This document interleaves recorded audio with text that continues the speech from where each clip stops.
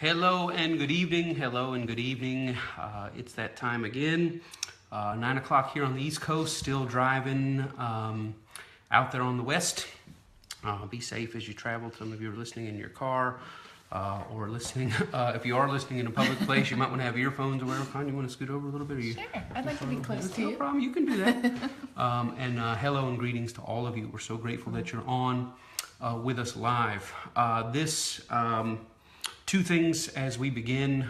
First of all, I don't know how we got to this. I don't know how this started, or a few years ago, I guess in '09, we started a blog, and because of a Facebook post. Somebody wrote a Facebook post how she was rejected physically by her husband. I don't know if you remember this at all. Totally. And I thought, wow, that's tough. And so we started talking then.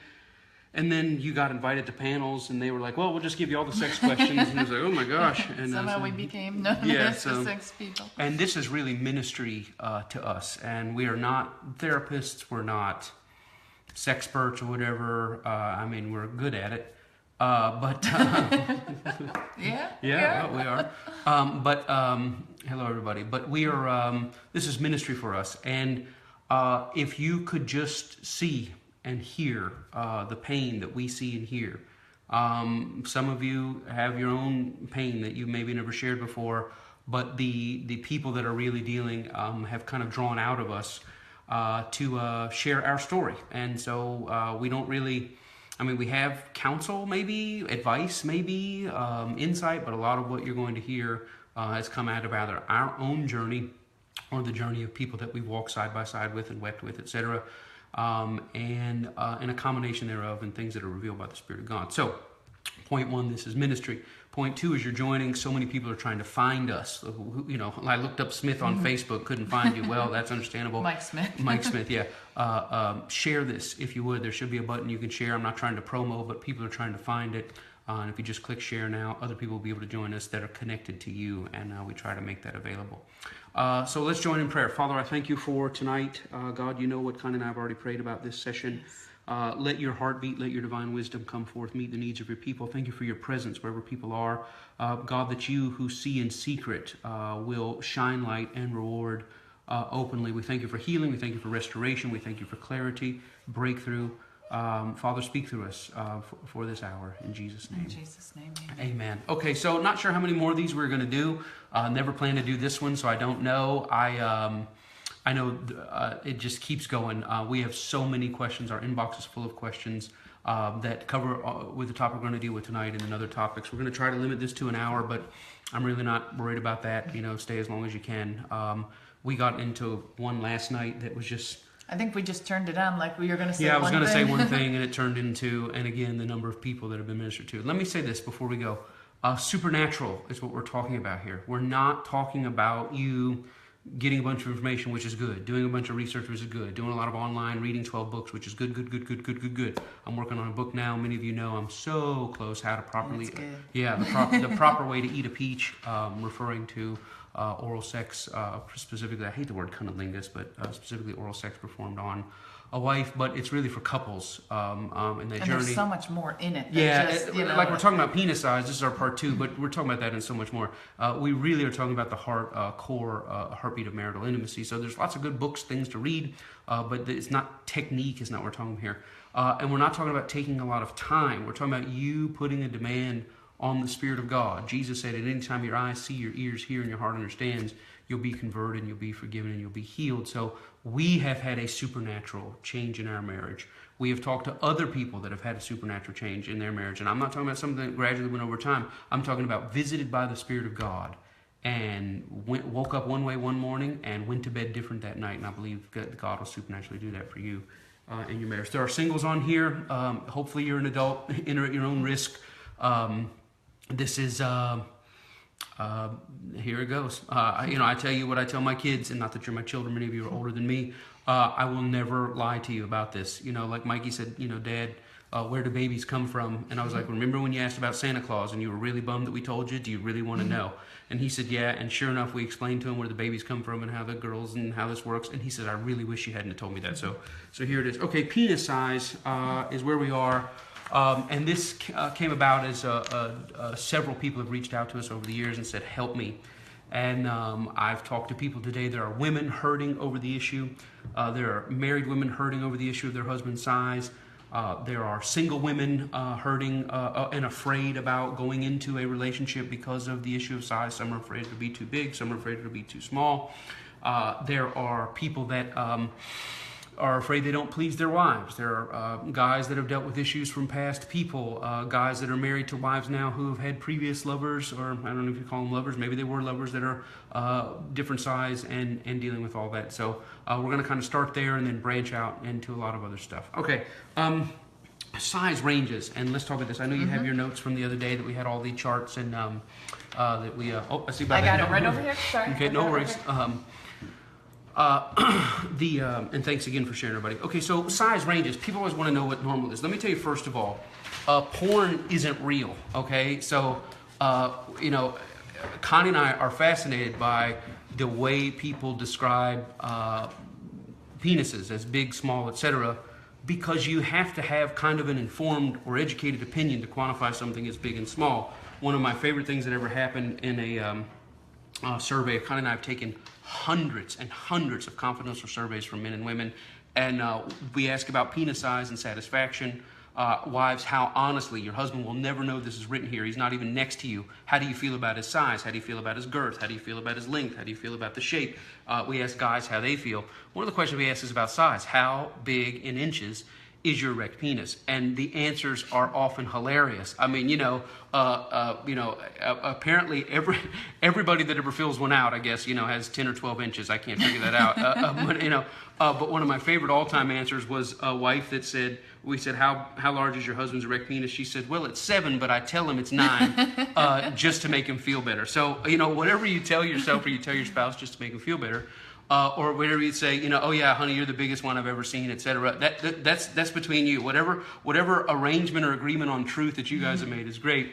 But we have to deal with what's real, and the myth of what is the size of the average penis is a big deal. And we talked about race last time. We talked about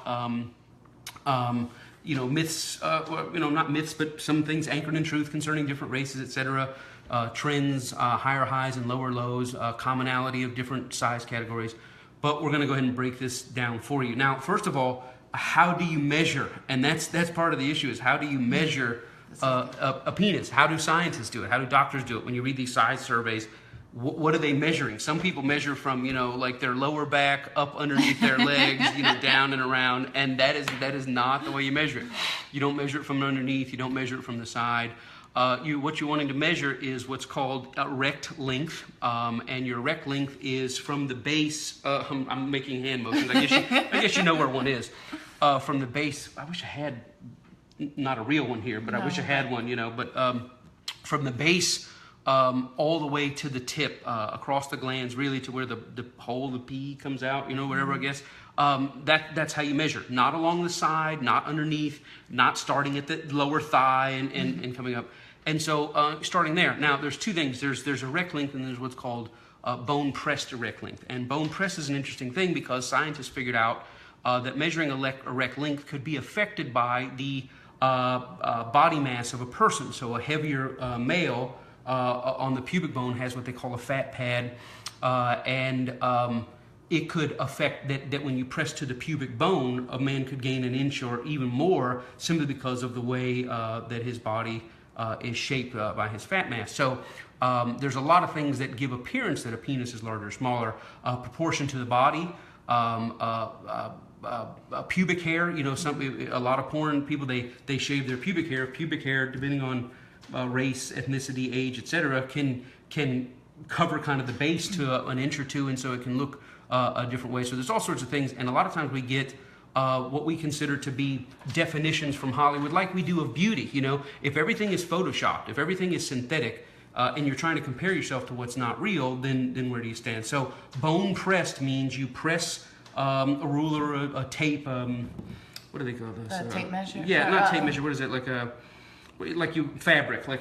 Yeah, tape. I would call it a tape measure. Anyway, I take tape measure like metal from the garage. I'm talking about, like a I'm sure there's a seamstress tape or specific whatever. name Anyway, for it. so into the fat pad till it hits bone on top, and you measure along the top to the tip, and kind of it's hard because the tip will curve, but you want to kind of measure it as though it were a straight line, or you can let it curve around and rest lightly on the top, and that's how you measure. So in the range of normal, you're talking about a normal range, measuring it that way, bone pressed, fully erect, and getting your averages from there. And here's what scientists figured out, that getting a measurement of a penis is very difficult to do.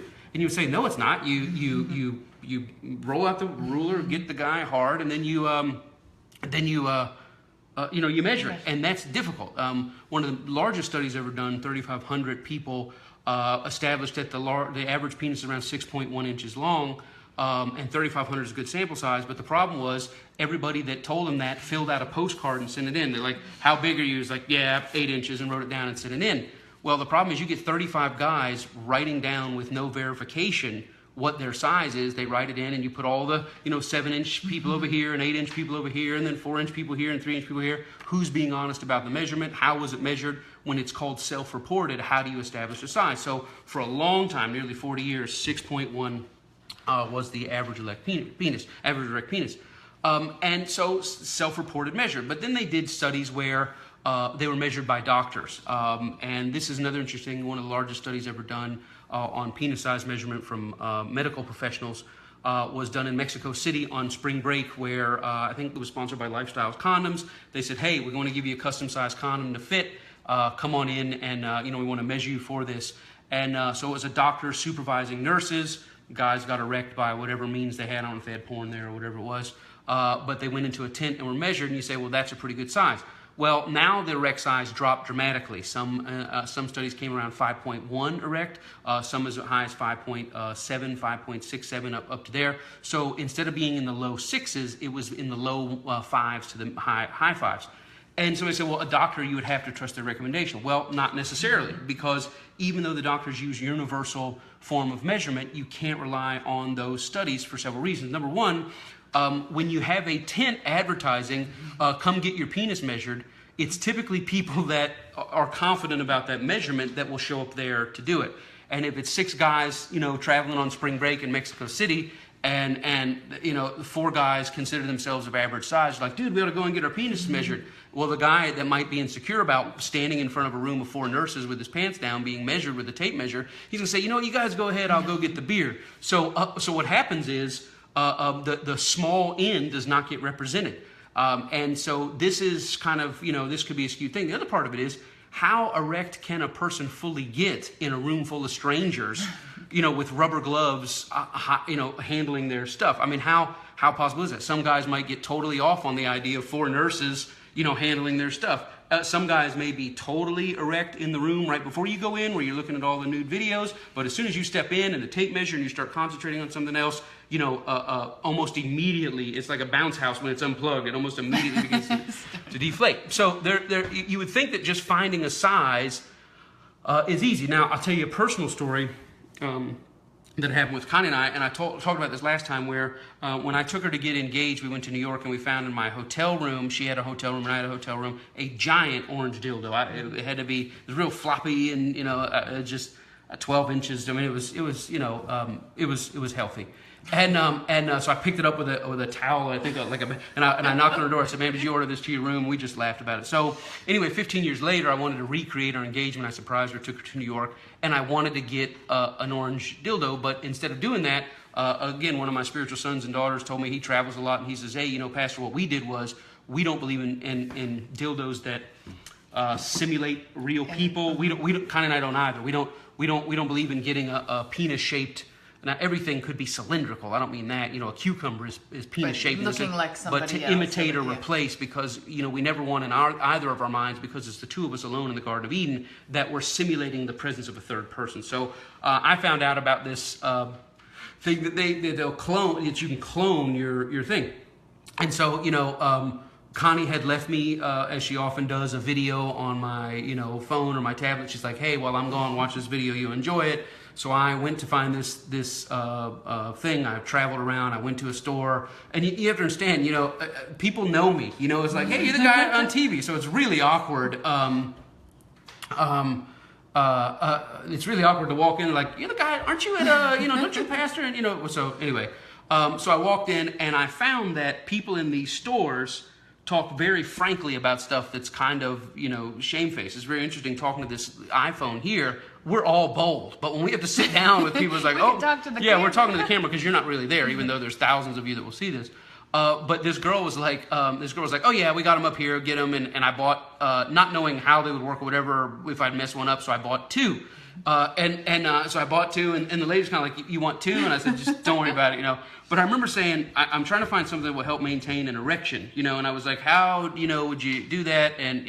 And she just blurts out, oh, you mean a cock ring? Yeah, we got them right here. And she just goes behind the counter, starts stretching out. She goes, you think this will do it? You think that? I'm like, oh my God, let the earth swallow me now. So this is a true story. So I go and you mix up all this putty and you plaster and you do all this thing and you gotta have the water. Yeah, the water's got to be a certain temperature. It's got to be stirred for a certain amount of time. You've got to put the thing in before the mold dries, etc. So I get all the water set up, everything set up. Try to watch this video that my wife has left me. She's like, hi, I know you miss me and blah, blah, blah. And she's, doing all this stuff. And she's like, enjoy and can't wait to see you. So I'm thinking, well, this will help get me happy, And it did. And I mean, she had been gone a day or two. So it had been a day or two, and, guys are all, muscles, that was great. But as soon as I start stirring that water and making sure I am not even concentrating, I don't remember what she looked like. I don't remember what she was wearing. And man, by the time I got the mold perfect, my guy was just...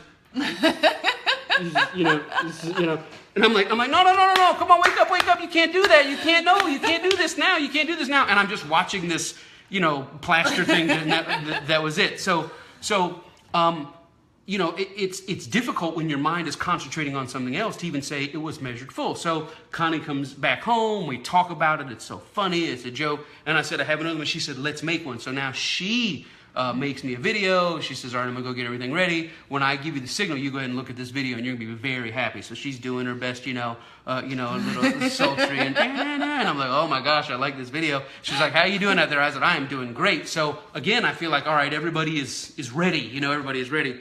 But even still, when you take your fully erect thing and put it in this cold plaster, stuff's dripping everywhere, the plaster's falling out the other side. I mean, it is a comedy zone. She's laughing, I'm laughing. So you do get something that's pretty authentic, but it's only, what is to scale? It's only 8/10 or 9/10 to scale. And so how do you get it measured? So when you talk, and what we've also found is wives just take whatever their husbands say it is, which is an interesting thing. Yeah, we were going through those surveys. Yeah, with the surveys, and it's like the guy says, yeah, I'm 12 inches. And the wife's like, yeah, I think he said he's 12 inches. Listen, if he's in 12 inches, he's in the wrong industry, okay? I mean, there's a lot of money to be made, I jest. But, you're talking about 1 in 10 or 20 million people, maybe more, that have that. And we'll go to a seminar, and there's 12 guys, all 12 of the people in the United States are in our 100 couple seminar right there that are 12 inches. So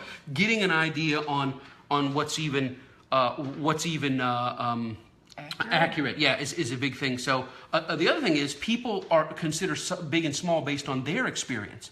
If you say, well, this is a nice restaurant, well, where have you been? Is it expensive? Expensive to whom? How do you define expensive? We were talking today, read a thing, a lady had said that the biggest one she had ever seen was about 6.5 inches. Now, again, to be able to randomly estimate 6.5 inches is pretty good. But she says the best lever she ever had was about 4 3/4 inches erect. She says for 4 3/4 inches, nothing hits my cervix, nothing pounds and causes pain for me, etc., because of the way my vagina is shaped. So when somebody says, oh, it's large or small, that's a wide scale, not only of mathematical data, but of personal, interpretive, subjective, and objective. Subjectively, what is big to you? What is your shape? I remember we counseled a young lady one time that was powerful, where she had actually couldn't even contain a tampon. Her frame is she couldn't even contain a normal sized tampon, so she had to have an outpatient procedure just to open her up to contain a tampon. So you take what somebody else would consider a small penis and try to have intercourse with that young lady, and bless her heart, she just trying to manage through life as best you can. And as a pastor, we saw all sorts of stuff. What is normal, what is big, what hurts, what doesn't, what is tight, what is a tight vagina, what is a loose vagina. Well, that's not only a mathematical, objective question, that's a subjective question that people deal with. And I told you before, we had a young man going off to college who had what's technically known as a micropenis, which is one that is less than 1.5 inches when it's flaccid, less than 3 inches erect, and he said, I battled this all my life. I hid through high school, but I don't want to go to college like this. I've contemplated suicide, and so much so that he fit in the category in which a legitimate doctor perform surgery. Now, anybody will take your money for extension, enlargement, implants, etc., and it's really, most of it's not going to do anything. But he fell into the category that it was objectively and subjectively fit in that small range. So here we go. Let's talk about size. You want to say something real quick? Nope. Yeah, okay. So we don't call it small. We don't call small, medium, and large. We'll talk about ranges of normal. So we refer to kind of on the smaller side of normal, the middle size of normal, and then the upper size of normal. And then outside of that are what people would consider small and large. And so kind of break this down. Where's your summary at? Okay, so we kind of have here this is the number of people. This is that category from that size to that size. Okay, so, but that's only 11%. Yeah. Okay. Yes. So in the small category, you're dealing with, and this is like the lower 11%, small side of normal, right around the 4.5 inch, 4.25 inch fully erect, all the way up to about the 5.25. So about 11 or 12% of all men fall in that. If you have 100 men in the room, 11 or 12 of them will fall fully erect in the 4.25-ish to 5.25-ish inch erect. Remember, measured from the base, pushed into the pubic bone to the tip. So that's about the size. So that's the small normal. So then the range of normal, where doctors and everybody else will say, you don't need any help here. It fits in that category. So that's a small range of normal. So you have these parentheses of normal. The middle range of normal then picks up at about 5.5, and it goes all the way up into the upper size of 6. So 5.5 to about 6.75. Now you may be watching and say, I'm not interested in this at all. Tons of people are, and tons of marriages are dealing with this right now. So in the 5.5 range up to around the 6.75-ish range, that's where you have the medium normal, just a standard deviation or two from the middle this way and the middle that way, that size there, and about 71%. And this is if you're in a room of 100 people, that's 71. Yeah. And that's good. So you're in a room of 100 people. 11 or 12 are going to be in that 4.25 to 5.25. Of that, and then about 70 or 71 people will fit in that category, which is up into the high 6 range. So that's the middle category, and then about 15 people will be in the high 6s, getting into 7, all the way up to around 8. I think just under 8. So you have to think about this now. So you're in a room of 100 people. 11 or 12 have in the 4.25 to 5.25. The vast majority, 71, are in the 5.5 to 6.5, 6.75. And then you get into the 7 plus. Now you're doing about 15% of people. So 15 guys, 15 out of 100, depending on some studies. Some studies say as small as 5 out of 100. Some people say as high as 17 out of 100, depending on if you go Kinsey or Mexico City, or they did a huge meta-analysis of about 15,000 surveys to put together things. So in the generous numbers, they say about 15%, 15 guys out of that room will be 7 inches plus when fully erect. Other numbers say as few as 5%. So we kind of split the difference, maybe between 5% and 15, right in the 10%. So if you're in a room with 100 people and you're 7 inches plus, you're dealing with about 10 to 15 people that are your size, and everybody else is smaller than you. So now outside of that, where you say, okay, well, if there's kind of small, medium, large, and then on the other side would be what's considered huge, what people would consider huge, which you get beyond 8 inches or 8 plus, and then what some people would say, okay, now they're small to the sense of it may need extension, it may need, you may want to consider, they have stretching exercises, et cetera. You may want to talk to a doctor. Again, now, they're probably not even going to be interested in talking to you unless you're right around the 3 or sub 3 erect. I don't forget what number it was. It was sub 3, right around 3, 3.5. Then maybe they're interested, and they're probably not even interested in surgery at that level. But it would be something you say, you know what, this is where I'm at. Doesn't mean you're not sexual. Doesn't mean it doesn't function. Doesn't mean you can't climax. but where you would have a reason to go, you know what, I can say to myself that I'm small, and that's okay. I mean, that doesn't pay your bills. It doesn't make you more or less of a man. Doesn't make you more or less of a husband. It may just be where you go, you know, I can be honest with myself. If this is the range of normal, you know, and I've got about 12-ish people that are in this small normal, 70-ish people that are in the middle normal, and 10 to 15 people that are in this, you know, upper 7 normal. Once you get to 8 now, 8 plus, you're dealing with 1 or so out of the 100. And when you fall below that 4 1/4, right in that 4 range, you're dealing with 1 out of 100. So you think about it now, you know, 1 out of 100, 2 out of 100 fall below that number, and then 1 out of 100 or 2 out of 100, not even really 2 out of 100, are above 8 inches. So when we do a survey and we have out of a room full of, sorry, we're getting text here. Why are we getting text? Sorry. I did not think that was possible. Sorry, we're getting text during Facebook Live.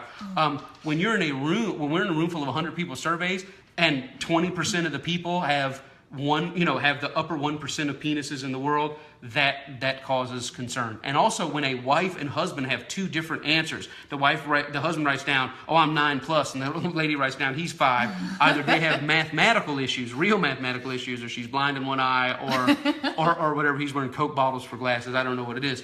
But find truth. Before you decide you're inadequate, or before you decide anything, just find truth, deal in realms of truth. And keep in mind that when you get past 8 inches, it's not that 1% of people are 8 inches. No. So you have 8, 8 1/4, 8 1/2, 8 3/4, 9, 9, 9 1/4, 9 1/2, 9 3/4, 10, 10, 10 3/4. I mean, all the way up to, I think the verified record of all people right now is 13 1/2. That's verified, 13 1/2 inches when erect, and they can't even barely get full erect. Because it's a lot of blood. I mean, the guy can either breathe or he can, get an erection, which he may choose at different times.